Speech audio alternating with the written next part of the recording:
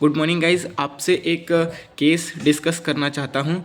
कल हमारे इमरजेंसी में एक 45 ईयर मेल पेशेंट आए जो कि डायबिटिक पेशेंट था। 2 सालों से उनको डायबिटिक था, पर वो डायबिटिक के जो दवा होते हैं वो टाइम टू टाइम नहीं ले रहे थे। कभी मन हुआ तो ले लिए, कभी मन हुआ तो नहीं लिए, कुछ ऐसा उनका था।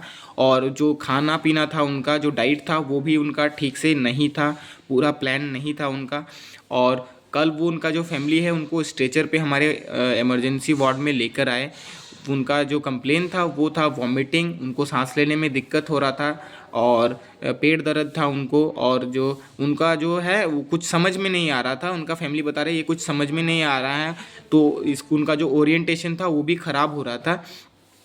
सबसे पहले हमने पेशेंट का वाइटल लिया। वाइटल में हमने बीपी चेक किया, SpO2 वगैरह सारा देखा, सब कुछ नॉर्मल था। बीपी नॉर्मल था, SpO2 भी ठीक था, लेकिन पल्स रेट थोड़ा सा बढ़ा हुआ था क्योंकि पेशेंट रेस्पिरेटरी डिस्ट्रेस में आया था। तो इस कंडीशन में पल्स रेट बढ़ सकता है, तो ये उतना ही नहीं करता। हमने उसके बाद हमने उनका RBS करवाया। RBS में हमें पता चला इनका जो शुगर लेवल है वो बहुत ज़्यादा बढ़ा हुआ है, जो कि 500 से भी प्लस में था।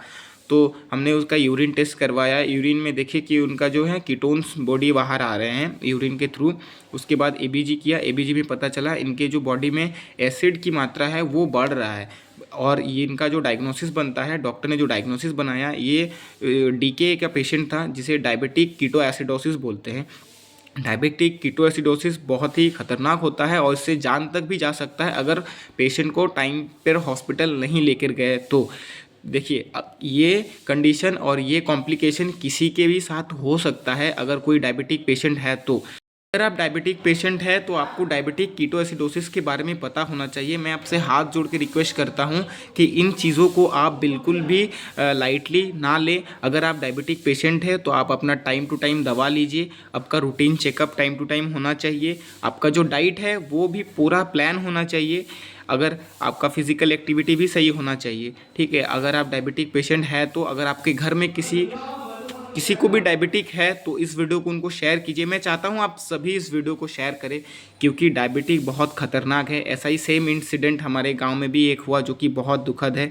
इसीलिए मैं चाहता हूं कि डायबिटिक को आप लोग बिल्कुल भी लाइटली ना लें। डायबिटिक आपके शरीर के और भी ऑर्गन्स को डैमेज करना शुरू कर देते हैं। इसीलिए डायबिटिक जो है आपका वो प्रॉपर आपको मेंटेन में रहना चाहिए। आपको दवा टाइम टू टाइम लेना चाहिए, डॉक्टर से कंसल्ट करना चाहिए इसके लिए।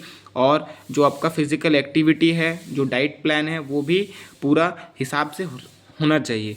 इसलिए मैं चाहता हूँ कि आप लोग इस